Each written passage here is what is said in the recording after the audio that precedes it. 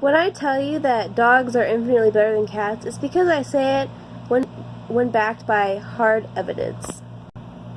6% more Americans prefer dogs over cats, and that may not sound like a huge number, but considering that out of approximately 59% surveyed pet owners, 74% like dogs a lot, rather than the itty-bitty amount of 41% who only said, they're okay.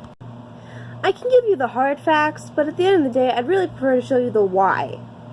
And then, of course, to convince you my reasons, the reasons, of why dogs are just so much better than cats. Some might say this is a biased viewpoint, mainly because I am, of course, a dog person. But I think it all comes down to character.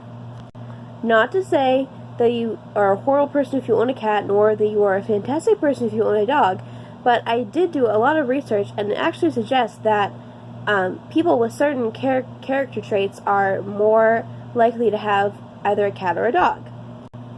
For all you psychology majors out there, I'm sure you've heard of the Big 5 personality traits. I mean, I'm sure you have. If you haven't, I'd be a little concerned for you.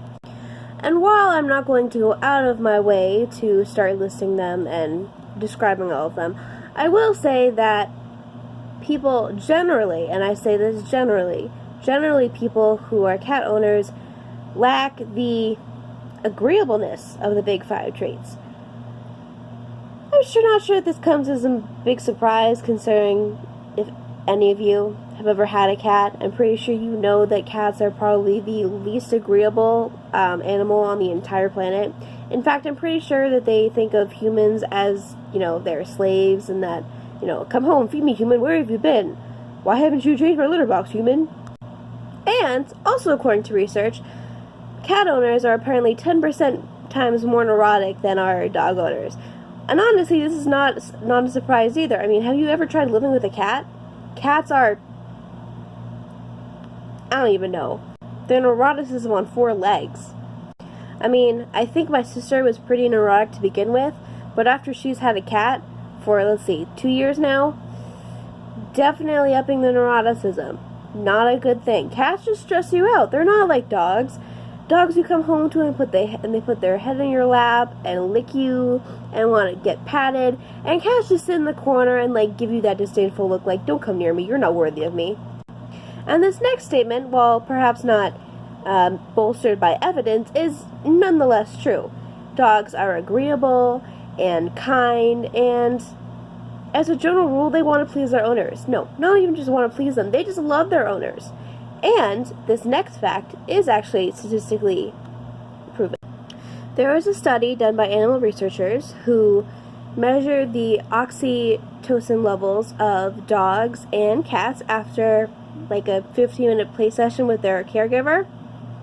Well, after they measured the levels of oxytocin in the animals, they realized that dogs in general had about 57.2%, whereas cats had a very depressing 2%.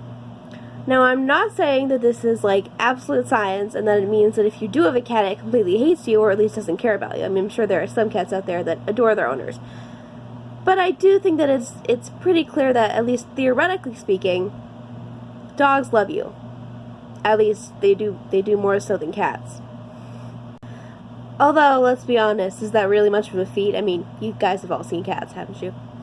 And then it also comes down to common sense. I mean, at the end of the day, most humans, and I say most humans want to be loved. Most humans don't want to love something that doesn't love them back.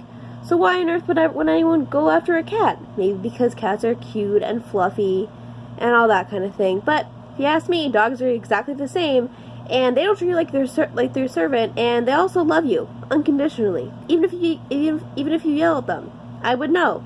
I have a dog. He's named Bear. He's adorable. He's 4 years old. And whenever you yell at him, he goes and sits in a corner and gives you the saddest face in the universe. But he doesn't get mad at you.